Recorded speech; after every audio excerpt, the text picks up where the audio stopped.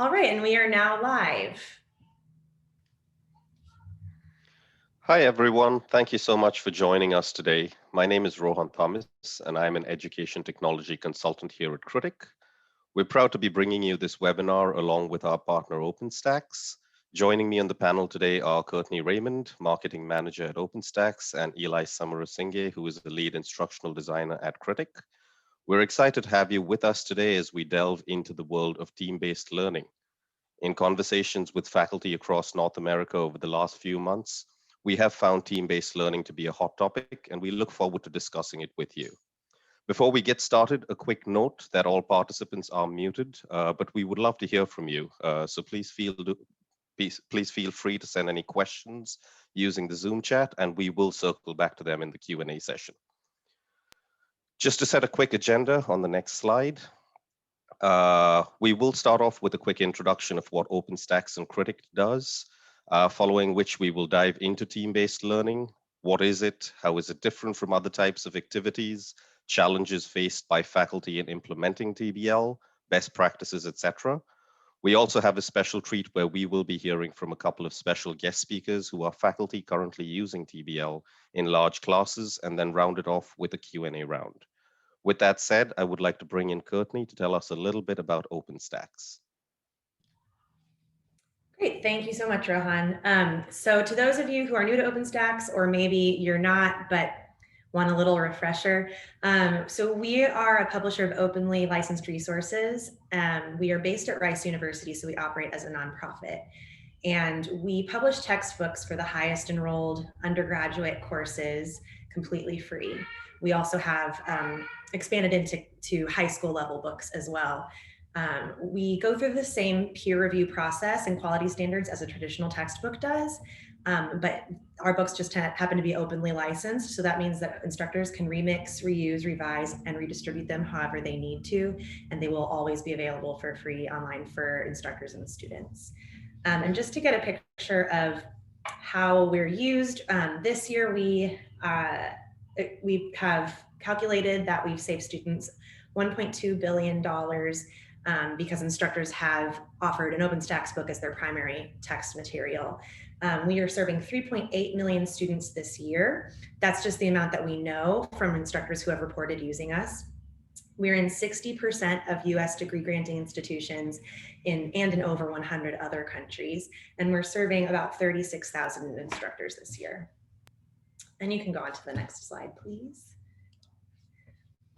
I just wanted to give you an overview of the books we have available right now. So we have 43 books at the moment. We're always expanding the library, and we have plans to double it in the next several years.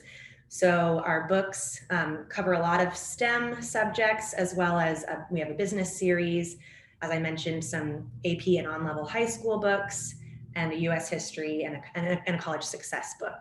And as we continue to expand, we're actually going to move beyond those introductory level courses into degree paths so that we have the opportunity to provide content for students along their education beyond that first year.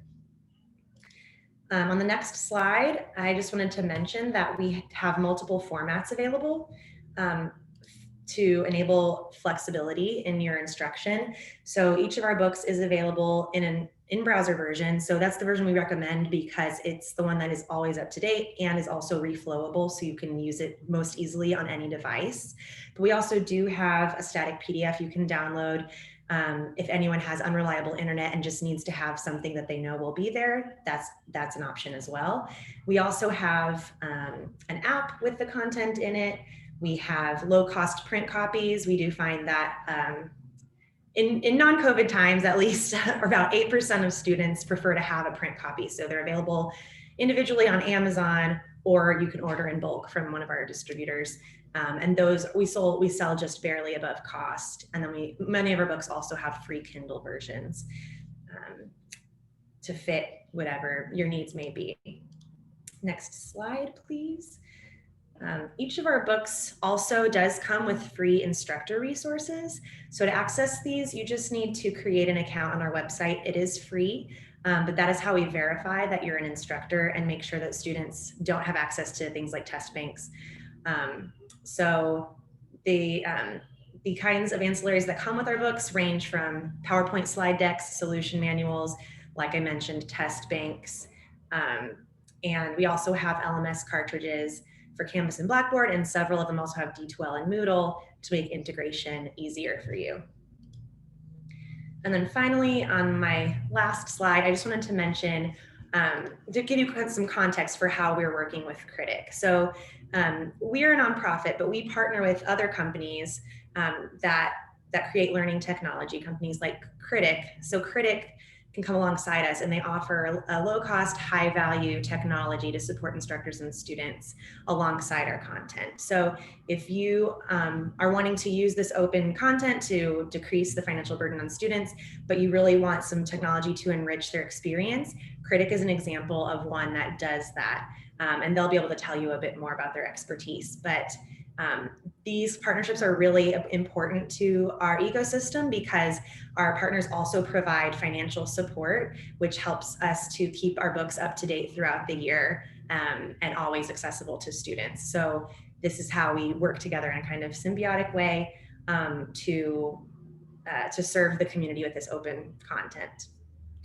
And with that, I'll go ahead and pass presentation back over. Just a reminder, we do want to hear from you, so please do take advantage of chat and Q&A if you have a question or want to see something discussed. Thank you, Courtney. A number of you must have already heard about Kritik, but really quickly, Kritik is an AI-driven peer evaluation platform that facilitates a unique and calibrated form of peer assessment, whereby students are evaluated not just on the quality of their own work, but also on the quality and effort of evaluations of their peers. This ultimately leads to more creative expression and saves professors a lot of time on grading. Based on on Bloom's taxonomy, Kritik is being used to help students to attain a higher level of knowledge and move towards higher order thinking. With over 15 years of combined experience in the edtech space, our proprietary technology is used by over 100,000 users across North America in leading institutes like Cornell, Princeton, USC, etc., where we're well known for our premium customer service and industry-leading response times. We can move on to the next slide. So what is team-based learning? Simply put, TBL is an instructional method that puts students into roles of greater autonomy and responsibility for their own learning. TBL emerged out of research in organizational and cognitive psychology. The critical components of TBL are where students are permanent, student groups are permanent for the entire semester. Groups need time to learn together and learn to function as a team, and hence the permanently assigned groups. Each student has a responsibility to contribute and is assessed independently. The assessment process has to be defined and explained to students well in advance, ideally at the start of the semester. And finally, the assignments are such that require students to work collectively by applying course content to find a collective solution to a significant problem. We'd like to hear from you now with a quick poll. Which one of the following methods, it should be popping up on your Zoom, have you tried before? Team-based learning, group-based learning, problem-based learning, a hybrid of any of the above, or none of the above? While we move on, do take a second to respond to this quick poll. So what is TBL and how is it different from other group-based learning methods like problem-based learning and group-based learning? Both PBL and GBL are shorter-term transactional exercises. Problem-based learning is where the instructor's role is restricted to limited direct involvement, while students seek out information that they need. Group-based learning, on the other hand, is where students may choose groups that they want to work in. They can work in different groups for different assignments within a single semester. Groups are essentially a collection of individuals working on a transactional basis, whereas teams are groups that have evolved to develop a shared purpose and sense of collective responsibility. Groups evolve into teams when an instructor creates the proper conditions for effective collaboration. Team members trust in each other and the team's ability to outperform any individual. Well-designed tasks plus strategic course content are essential to create the conditions where team members listen to one another, value each other's contribution, and effectively bring out the best results. I'm just going to pull up the poll results. I think we have them. Okay, so it looks like there are a mix of group-based learning and a hybrid of the different activities we just discussed. We will be circling back to that as we discuss with our special panelist over the course of the next few minutes. Thank you for your participation, and I guess we can move on to the next slide. So this is a quick look at what the TBL process looks like. As you can see, the purple stages are the ones which require instructor involvement, essentially giving you back time while also allowing your student ecosystem to work for itself. Instructor involvement is essentially required at the start of the semester to set the objectives and the assignments, and at the end to review and finalize grades. The gray portions, which is the meat of TBL, is where students firstly navigate the problem and find solutions. I think we need to make the presentation slide a little larger, if that's possible. Uh, Students navigate the problems to find solutions on their own, debate their individual viewpoints based on the understanding of the problem, collectively develop a comprehensive single solution which would inherently evolve each team member's understanding of the concepts at play, and evaluate the work of their peers, which provides critical feedback to enhance student learning and drive individual accountability. Students learn best and are most motivated when feedback is frequent and immediate, and the use of groups increases opportunities for frequent, immediate feedback amongst the peers. We can move on to the next slide. When we're talking about the advantages of TBL over other methods, looking at the advantages for students, the first one is obviously it builds teamwork skills, which was, a necessary skill, not just in academic life, but also out in the real world. Students learn how to collaborate with fellow students and debate ideas to come up with a collective solution. Appreciate different viewpoints when solving complex problems. Students are exposed to different arguments and viewpoints held by other teammates, and how to solve the issue at hand, thus exposing them to different ways of thinking. Synthesizing information where students are forced to challenge their own learnings if new answers are brought up by group members. Students learn how to analyze new ideas critically, and the best solutions are chosen independent of personal biases. It also facilitates a deeper understanding of concepts while bringing about higher knowledge retention and practical application. For the instructor, it is a higher control over content. The TBL instructor basically sets the agenda for covering, processing, and applying a specific body of knowledge. And the control of content is very attractive to many faculty across North America. It blends seamlessly with traditional teaching practices, so courses can easily coexist in an academic program with many traditional teaching methodologies, and does not require altering the program outcomes or overall curriculum too much. There's less time involved from an instructor perspective when simultaneously providing feedback to students to consider and work on. And it's easily scalable to large classes where effectively functioning teams need very little instructor oversight or management, and is therefore a more efficient use of instructors' time and can be scaled to classes of any size effectively. We can move on to the next slide. So now we're looking at some of the common challenges in implementing TBL, and these are recurring themes that we have seen in conversations with faculty across North America. The lack of equal accountability and learning among team members is the highest one. In most teams, there are high performers who do most of the work, while some other students tend to contribute less and learn less. There are also the logistical challenges of creating student groups online and facilitating high quality peer evaluations and feedback, while also looking at course administration load on the instructor and their TAs, especially in larger classrooms. And this is what we are looking to solve for here at Kritik. Quick question here, and we're looking to get inputs from all of you wonderful participants. We want to hear from you. What other challenges have you faced with group activities, team-based learning activities, etc., in your individual courses? Please feel free to drop your responses in the chat on Zoom, and we will circle back to that. We can move on to the next slide.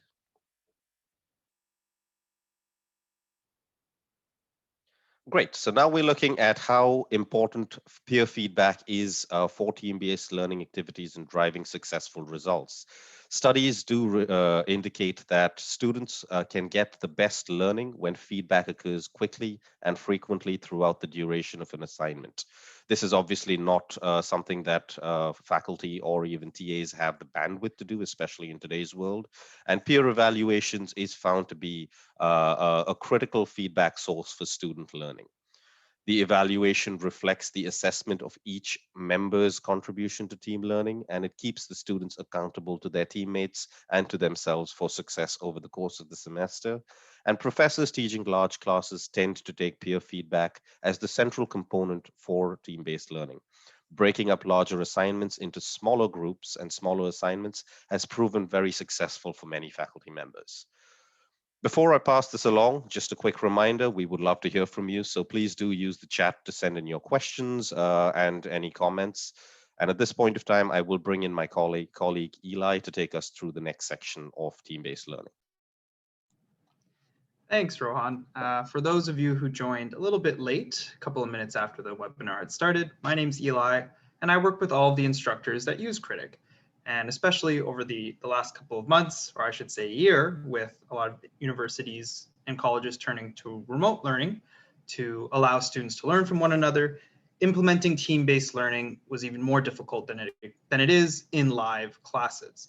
And so here at Kritik, we wanted to help professors and other instructors implement team-based learning in ways that are effective and that are pedagogically sound.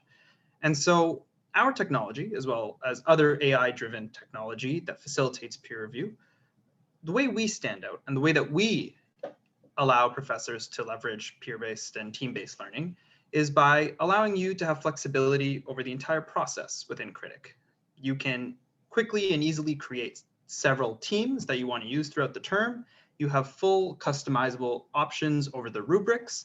You'll be able to see how students are interacting, not only within their group, but also with other groups, and you'll be able to assess them. Our Kritik algorithm determines how they're performing as evaluators, and I'll be showing you a demo in a quick second on, so just so you can visualize what we do here at Kritik, and the introduction of our newest feature, intra-group evaluation, facilitates honest, open, and meaningful feedback between students within a group. And so I'll share my screen now to show you just a quick demo of how Kritik works and how you can start thinking about implementing team-based learning through our platform. So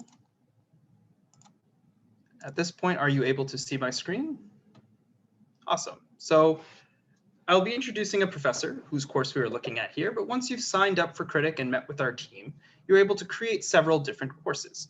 And so, for example, within this course here, there's a course called Managing Teams. Professor Robert Smart, who we'll be hearing from in a little bit, is very big on team-based environments, not only professionally, as he is an assistant coach for one of Canada's best basketball teams at the collegiate level, but also in his leadership and management classes. So he has created his course, he has enrolled his students, and given the complexity of COVID-19 and how it has affected the in-classroom participation, he turned to Kritik to include several opportunities for his students to work together. And so here in his dashboard, he's able to have a quick view of how students are performing based on several different grading outputs. Kritik will determine grades for the work that the students are creating, how the students are performing as evaluators, and how they participate. His class involves several different teams where the groups are formed at the beginning of the term and they have shared outcomes and ensure that they can count on each other and are accountable with their team members. There are two types of activities that he runs. First and foremost, he sorts the students and puts them into their teams. He can click on students, he can view all the enrolled students, and he can easily group them into their necessary teams, he can edit them, and he can also create continuously new sets of teams throughout the term. Once he has done so, he can create an activity. And as I mentioned earlier, there is a lot of flexibility in how the students can function within these groups. Not only between groups and between teams, so teams can work together throughout the term, submit together as a collective and evaluate other team submissions, but also within a team and how students can learn from each other. And we work together with the Cornell Center for Teaching and Learning to come up with a set of objective instructions and a rubric that can help students assess how their team members are functioning as it relates to contributions and attitude, how they cooperate, their focus, commitments, their ability to communicate, and the accuracy of the work that they're submitting. This is just to help you get started. You're able to completely manipulate this rubric to fit whatever you deem fit. You can double click on any cells and make any changes quickly to the rubric. You can add new criteria to address things that are not in this rubric. You can drag and drop them, and you can also adjust the weights. You can continue to save new rubrics and keep them for future activities so that you don't have to manually create them time and time again. And you can also enable self-evaluation, where teams can not only self-evaluate and compare that self-evaluation to the other team members' evaluation of them, you have flexibility to disable or enable that. Once you've created your activities, they will appear down below. And there's a 3-stage process that we like to follow in Kritik. Students can create, evaluate, and provide feedback to their evaluators, something that we call feedback on feedback. So when we think about the intra-group evaluation, how can team members learn from one another and evaluate one another? You can set it up fairly quickly, set up the objective, the instructions, and the rubric, and you're able to see complete visibility. We have protected the student information, given that this is a webinar, but you're able to see the names and the contributions of the students in this activity. Students are then expected to submit a self-reflection of how they worked, and this self-reflection is then distributed to other team members for evaluation. Students can read that, the rubric is transposed as a star matrix, and they can provide comments on how they felt their team member performed on the basis of several of those rubric criteria. The original student, the one who submitted the summary of how they worked, then gets to rate the comments that their peer members wrote. This is a level of accountability to ensure that they are responding appropriately to the feedback they've received, and also rewarding the students for the ones that put in effort within their teams to tell them how they are performing. They can leave comments, and they can also communicate back to their team member to facilitate this open, honest, and meaningful feedback. That activity is very popular, especially within the context of this course. The students and the professor have run several of those activities throughout the term, and you have full visibility into the different stages. And more of a content focus. The professor wanted the students to also think about academic context as it relates to the team content they're learning. So every couple of weeks, he'll release an activity based on the content that they're learning in the class at that time. Given that this is a managing teams class, there's a lot of management techniques and theories that are discussed. So the professor will put them in their learning teams, and as a team, they will discuss the 4 questions and prompts that they need to answer. First, they need to find an activity or a self-reflection tool that relates to the content of the chapter they're teaching, looking for ways that other companies or other organizations have employed the ability to learn about team conflict in this case. He then wants the students as teams to think about and connect the dots between the practicality of what they've identified and with the research, constantly thinking about the content and the academic rigor behind where these team formations and activities are coming from. To further bridge the practice and the academia, he gets them to consider the application of these concepts in the industry. Think about where you've seen this, whether it's in business, whether it's in your own environment, your work environment, and gets the team to communicate on that. And then every activity, the team can discuss personal stories about their own work experience and share that with the class as a team. A simple rubric is created, and again, you have full visibility into how the students are interacting. As a team, the students will submit the prompt answer to what was asked of them in the instructions. They have one leader who submits on behalf of the group, and the team will then get evaluated, both from the grading as well as the written comments on the work of their peers. So as a collective, the team has received 20 different pieces of feedback that they can all respond to and they can all receive on the work to ensure that they're getting quick, democratized feedback on their effectiveness to work on content related to the class. These are several examples of how professors have used Kritik, this one specifically as it relates to team-based learning. We'll be hearing a little bit from Professor Robert Smart, who employed this activity in his class. But right now, I'd love to bring on a panelist who's here in front of us today, Professor Alex Gaynor. And if we can share our screen to give a little bit of a quick introduction on Alex Gaynor, but while he's here, hi Alex, thanks for joining us. How are Hi, you today? Eli. And Happy to be here. Eli, also, I think Valerie had a question just about your demo and wanted to know if students get to see exactly which team members did each evaluation or if they're anonymous. Yeah, so typically critic activities are double blind. However, for team evaluation, the student that is submitting their self-reflection or summary of their work, their name is also sent along to their whole team. So the team member knows who they are evaluating, but the submitter doesn't know which team member specifically said what, to preserve that level of anonymity to ensure that there's no real conflict based on honest and open facilitation of feedback. But yeah, and thanks for the question. That's an awesome question, and keep popping them into the chat. But as I mentioned, Professor Alex Gaynor is here today, and he's an assistant lecturer in the Department of Economics at the University of Alberta. I've seen it firsthand myself. He's an incredible lecturer and very passionate about teaching. And actually, this past in the fall semester, Alex, you were tasked with teaching, I believe, 1,800 students in Econ 101 in an online term, many of these students being first-year students, so their first experience with university. And so I was wondering if you could give sort of a quick summary on how you felt going into that situation, knowing that it was going to be online, and how you sort of first just thought about using team-based learning in a class of that size. Yeah, thanks, Eli. It's a great question. And the way you phrase it, I guess a big thing was, since most students in this class are first years, in my head, and I think it was the right view, I was worried they're going to be lonely. Like a lot of these students in a normal semester, you go to university and you mix with second year, third year, fourth year students. You're in residence or other student housing, and you get to like learn. You have peers and mentors you can talk to for questions. And I realized a lot of students will be missing that. It's their first year at U of A. They have no connections or community. So that was a big reason. One of the main drivers to me using team-based learning is I'll put them in groups. The groups were to complete the team-based learning projects, but also they were their study group or your support group in general for the course. So I like team-based learning because it also supported that kind of sense of community, students making connections and supporting each other. Mm-hmm. And as you mentioned, right, you made these groups in the class and you kept them in the same group, which effectively became a team through these several activities that they did.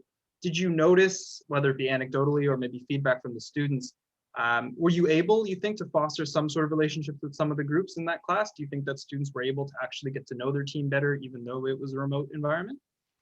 Definitely. There are a lot of great stories from students, especially it was an asynchronous course, it was massive. So the feedback I'd get from students was in my Zoom office hours, but a lot of them said, I don't know anyone at this university except for the people in my, critic group. So that's great. It was great way for a lot of them. It was their only way to connect to people or form connections at that semester anyways at university. So there's a lot of positive feedback. And even students have emailed me, a student emailed me a few weeks ago saying, it's still like those two people in the group that I really got along with, they're my only friends at U of A. So thanks for setting this up.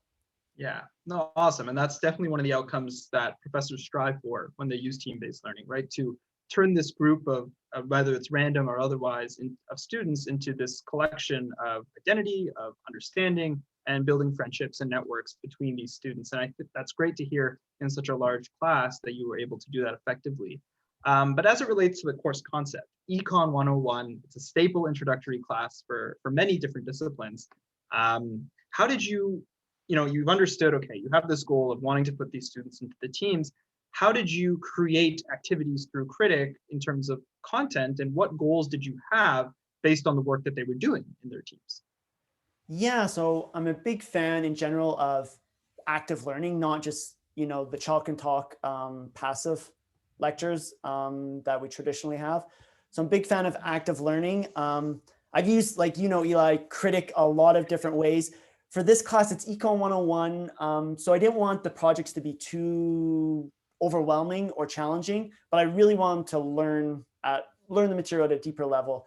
So for this class, it was pretty much the same format. Every 2 weeks, they had to come up with an application or example of material they'd learned in the past 2 weeks. And I just kind of use that same concept throughout the course. So I would say, okay, the last 2 weeks we covered chapters, 3, 4, 5. Work with your group to find an application or example or problem that you can solve using what you've learned in the last 2 weeks. Mm-hmm. And it really, it was it pushed them to learn the material at a deeper level, but they really had fun with it. There weren't too many constraints. So you could get like clips from popular culture, like movies or TV shows, or from the news, or they just come up with hypothetical questions that they would answer with what they learned. So it was great. Awesome. Yeah.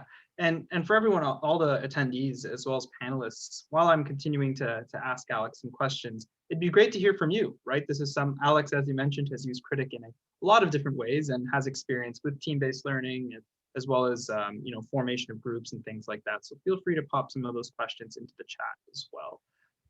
But as you mentioned earlier, Alex, you put these students into their groups, they then became teams throughout the term. How did you navigate sort of the group management? Some professors looking at 1,800 students would think, especially in an online environment with first-year students, there might be a sense of conflict between the teams, and that's a lot of work to deal with. So in the situations where that came up, how did you address those concerns? Yeah, so I think it's important at the start of your course to kind of establish code of conduct, or obviously outlining like you have to be respectful and there can't be any discrimination, harassment. That's, doesn't just violate the course's rule. You're going to be violating university's broader rules. So really establish clear guidelines of what's appropriate and what's not, and just kind of tell them, just kind of articles or videos, this is how you guys should resolve these disputes. And I realized, it was a big class, so I just really randomly put 4 students into each group. So I realized, some students were going to really have different personalities, or there were inevitably going to be conflicts or disputes with such a big class. But just really encourage them and tell them this is what the real world is like. You're going to get, after university, hired, and you can't choose your coworkers. You have to, even if you don't get along or they're not ideal or they don't participate enough or contribute enough, you have to figure out how to do that. So I really encourage them. I kind of typed out some articles and gave them some videos and other resources about how to resolve disputes and what processes to go through. And that, for the most part, handled almost all of the conflict. So yeah, it went well. No, that's awesome. And one of the questions we got was very similar to that. So Adam asked us in the chat here, did you have any non-functional groups? And if so, how did you deal with those? So in relation to the conflict, that's a great strategy. And it sounds like you took a lot of preparation to ensure, or try, I should say, minimize the risk associated. But for the cases where maybe a non-functional group, in the sense, not submitting anything or not really interacting with each other, how did you break up those teams, or how did you sort of manipulate and modify those teams specifically to ensure that the students who were unhappy were able to still participate in class? Yeah, it was rare, but in such a big class, there were 2 or 3 groups where out of the 4 of them, only 1 was doing work. Like literally the other 3, and I could see they probably had dropped the class. I could see they weren't doing homework in a lot of cases. So I would just move that student into their own group, essentially. Cool. So at least the people that aren't participating, they're not getting grades anymore. They're not free riding on the one person. That was very rare, but in such a big class, that's inevitably going to happen. Of course. And so another question has come in was, and I know the answer to this, but as you mentioned, the design of your activity, every 2 weeks or so, they're finding an application of the chapter content in the real world. One of the participants has asked, is this a graded activity, and how much of those activities counted towards their grade? Yeah, it was a graded activity. I believe it was 15% of their overall grade. And then half of that was on their group creation, so the application they came up with. And then half of it was how well they individually evaluated. Interesting. So so that you use some of Kritik's algorithms. One, the group is responsible and they get a grade on the submission itself in terms of how other people evaluated based on the rubric, but also students had an individual responsibility, and part of their grade came from their ability to grade accurately and provide in-depth comments. Yeah. Perfect. Yeah. And it kind of helped. It wasn't like binding, but they knew there's going to be a survey at the end of the semester where they discussed contributions of team members. So I think that helped with accountability, but Cool. Yeah. Yeah, no, for sure. And I think another question here, and I think it was answered, but a participant had asked, do you group by grade in class or random? So I guess an extension of that question, I'm curious as well, is given the experience you had online and the way you've set up your class, if you were in person, you're looking at the same class, you have the experience of what you did with Kritik, would you also use Kritik to, put these students into their groups? Would you let them form their groups? And would you implement team-based learning in a similar environment?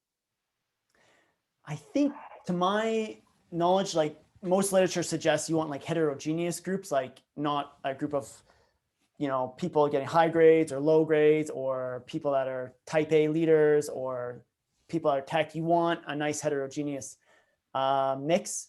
So in the past, with classes of like 100, they would fill out a survey and then I would match them. With class of 1800, I'm sure there's people probably on this panel that could code that in some program, but I didn't know how to do that. So yeah, I just randomized it, which, you should, I think I did for the most part, get a pretty good randomized mixed. I think most of the literature says you don't want students to necessarily pick their groups because you'll get, similar students together.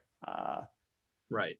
No, and in terms of your course objective as well, it makes sense to have a heterogeneous mix. And I love the way you connected it to the real world, right? They're not going to be able to choose their coworkers, not going to be able to choose what teams they work with, whether it's in higher academia or whether it's in the workplace. So I think you really set them up for future expectations really well. So, but that was actually tangent. You were asking more about if I'm doing this in person. You're kind of saying, if I'm doing this in person, how would it be different?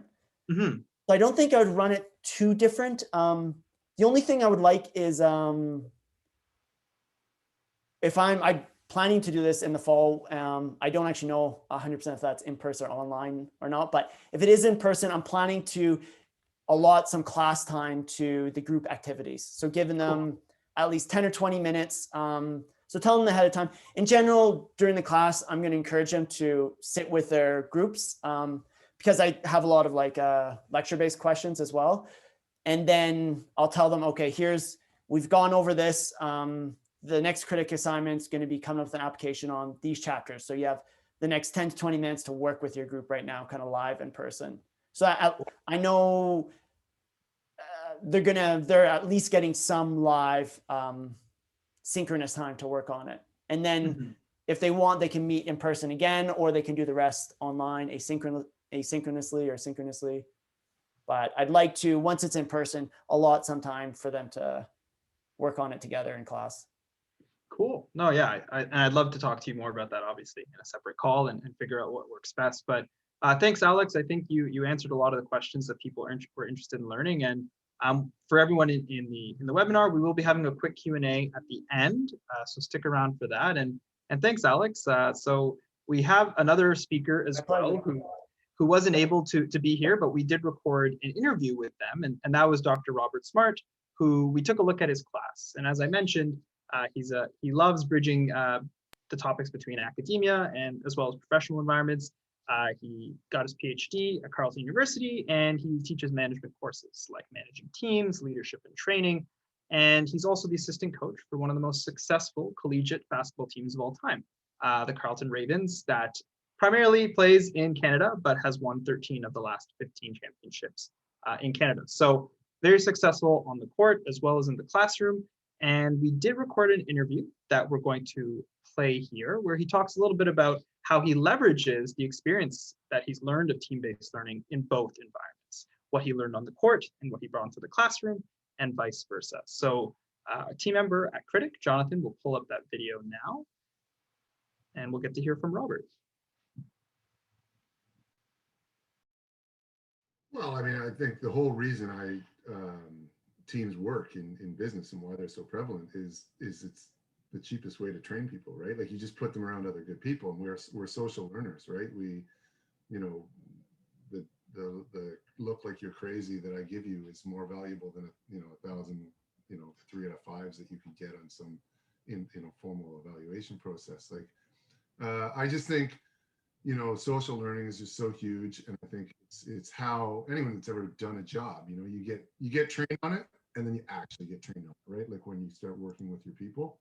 Um, so for me, I wanted to capture a bit of that, and you know, the big thing is that, you know, we talk about that transactive memory system, like who knows what on my team. And you know, the first time I've had the benefit of going through different levels of education, the first time you hop into a level of education where you're like kind of, you know, you're the junior, you know, my PhD, you're like, oh my gosh, like these people know a lot, right? And you start to, it just opens your eyes. And so that's why I like it. And I think I'm going to continue to use it and refine it for for the teams class. Is just, it's amazing to see, you know, the impact on students when they just kind of look, oh my gosh, like look at that response compared to mine, right? And a lot of them, they'll say, you know, they're shocked the other way, like I can't believe that's the quality of work that people are putting in. But you know, it tends to raise the level, I think, and that's really valuable. And so that's why I like it. And I think once you know what other people know, it also helps, it opens up lines of communication. It's like, if I know you're just incredible, I'm going to ask you questions. Like, you know, I know that now, like, I'm going to go to you. And when you speak, I'm going to listen. I'm going to, and so I think it'll be even better in person for this class.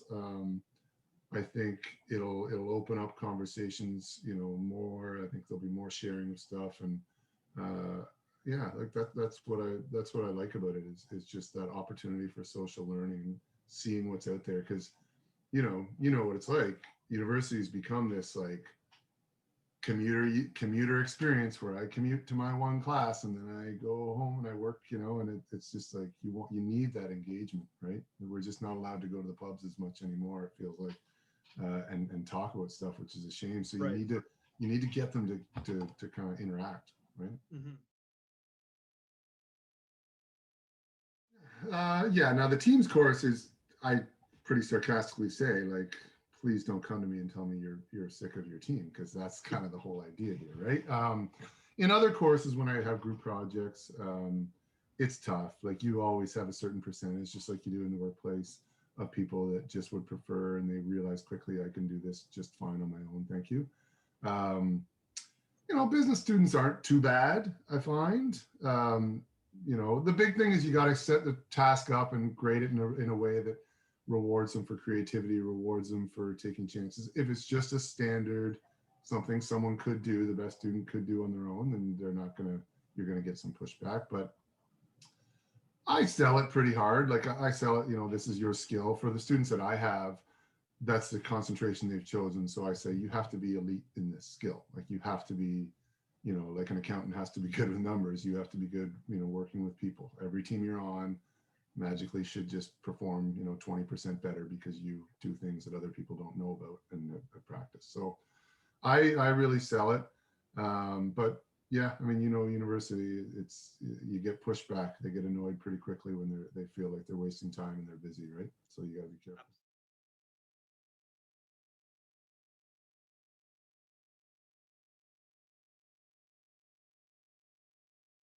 Yeah, I mean, one of the things with basketball that's been really, you know, tough, and I think, is just be humble. Like, you know, you mentioned the success, and we've been very fortunate. Where I've seen it steer in the wrong direction in terms of collaboration is when you're not humble, when you're not curious, when you become a know-it-all, when you become an expert, and when you can point to your success in the past and shoot somebody's good idea down, you know you're in a bad spot. Like, you should just never allow that to happen. If you do, you're not going to be fun to work with, right?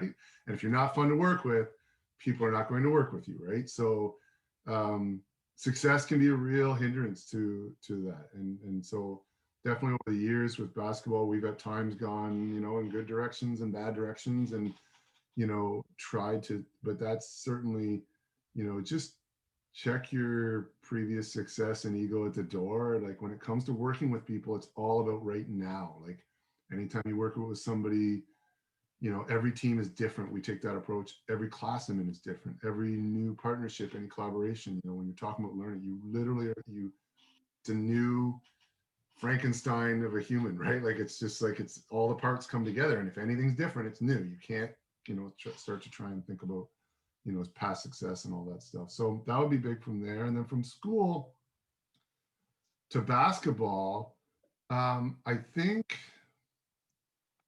one of the things that I really love about my academics is just kind of the importance of fundamental frameworks for looking at things. And I love that. I like that in sports, and sports can be very results end oriented if you're not careful. And I think for in terms of an academic perspective, one of the things that's drilled into you when you do a PhD and when you start your career is you have to know the classics, you have to know the basics, you have to know the fundamental theories that frame the world you're looking at. And if you don't have a good view, and if you've only got one or two, and we talk about this and that conceptual toolbox, if it's limited, well, when your environment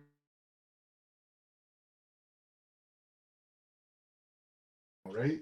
So I love now, one of my things is I just pull up Google Scholar on my Zoom camera every once in a while and be like, you better have this open while I'm talking, because if I say something about, fault lines on a team and you are in a rock band, I want to hear, I want you to be Google Scholar, rock band fault lines, what broke apart, I'm slipping my mind a good example of a band that broke apart, but what caused that? And I want you to take that interest and have a broad perspective on, some of the classic theories that are out there, because, I think definitely in my coaching, there's a very, strong tendency to look at the world from one perspective sometimes. And, the academics, cool thing is the next series come along, they're going to talk about emotional intelligence. And then it's funny because I've been like pumping like authentic leadership in my courses. And I just read one of my articles that I just put into my class was like something along the lines of, stop with all the positivity and leadership. So like now I got a new slide about like, be careful. Some of these constructs are not necessarily the best way to frame your approach for leadership. You do need to be a bit of a badass sometimes if you want to lead a group, right? And so Rob, as I mentioned, and as we saw in his class, he's a very big believer in teams. And so we also wanted to show you another example of an instructor who did implement teams. And that's Dr. David Wang. He's a professor of engineering at the University of Waterloo. He also teaches a first-year class, so was in a similar boat to Alex in bringing these students on. And he introduced team-based learning for the students to work together on a weekly basis and answer prompts related to some of the problems in engineering in the world for them to connect the material.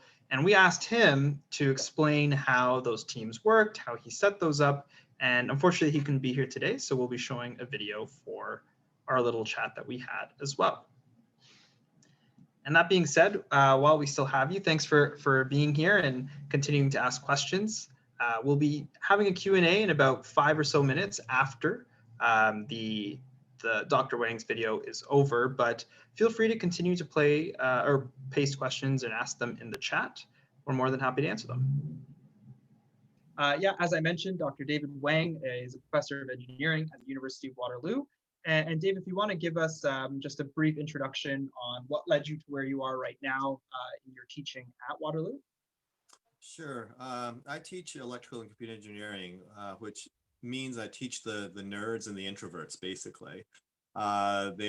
We've found over the years that it was very difficult to get our students to come together as a community. And with the pandemic, it became even worse. So we decided to use Kritik and incorporate group activities significantly in our coursework to basically force them right from the very beginning to start working in groups and getting to know each other. So I teach a course on engineering professionalism. And what I would do is I would take, say, a controversial subject.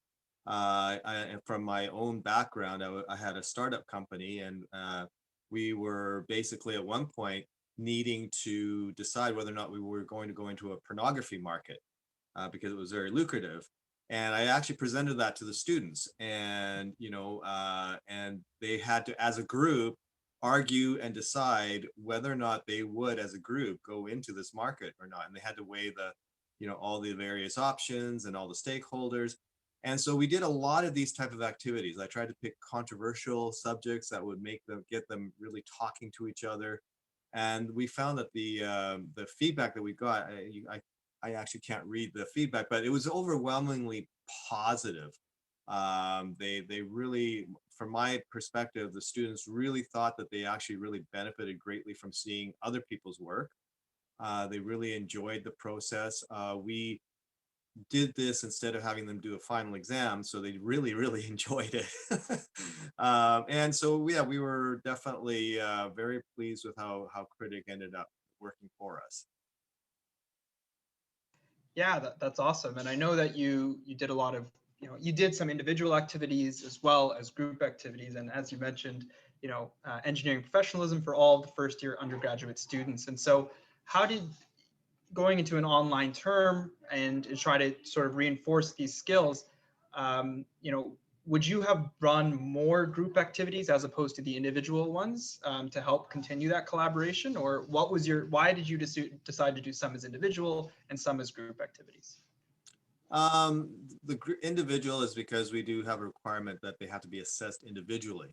So I did have some that had to be assessed individually, especially since we didn't have a final exam. The group activities, though, was really where we really felt Kritik benefited us a lot. It was much easier to create the activities and have them peer marked, and then my TAs would go in and take a look at all the marks as well to check for consistency, as was suggested before. So we actually did that check as well. There's just no way I have 450 students divided into groups of 4. So there's about 100 groups. And so we would have 400 individual assessments every week, and then 100 group assessments every week. We just could not have done that without Kritik. There just were not enough TAs to go around.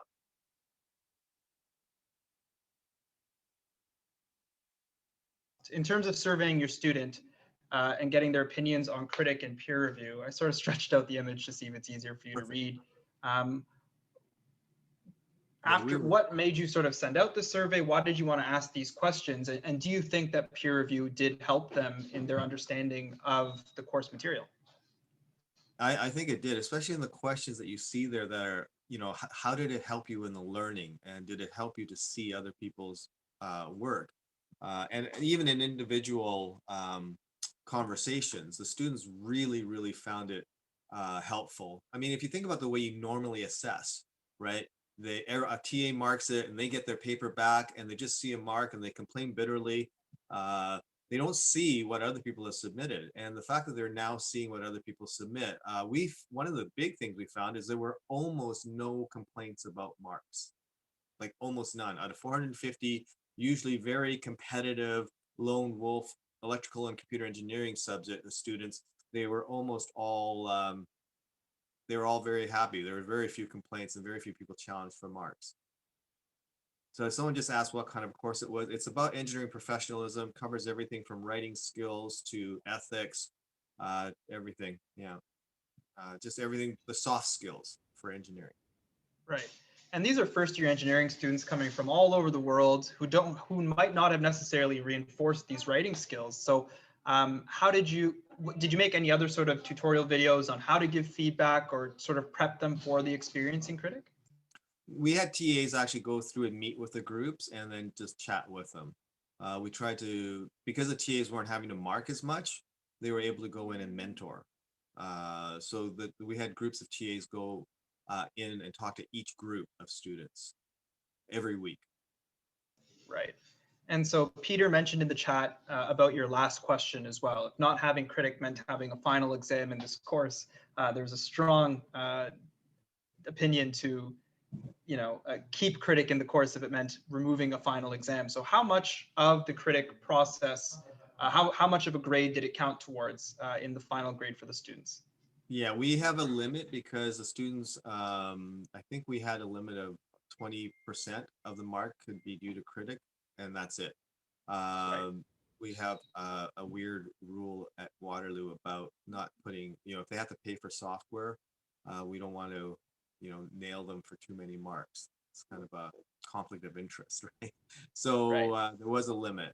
But that being said, we didn't have a final exam in the course, so I think that did bias things a little bit. So to be quite honest, But I just wanted to ask about that question. I mean, some people do just like having an exam rather than having weekly critic deliverables. So I should also mention that they had weekly quizzes as well. So there was weekly quizzes and usually a weekly group deliverable and a weekly individual deliverable.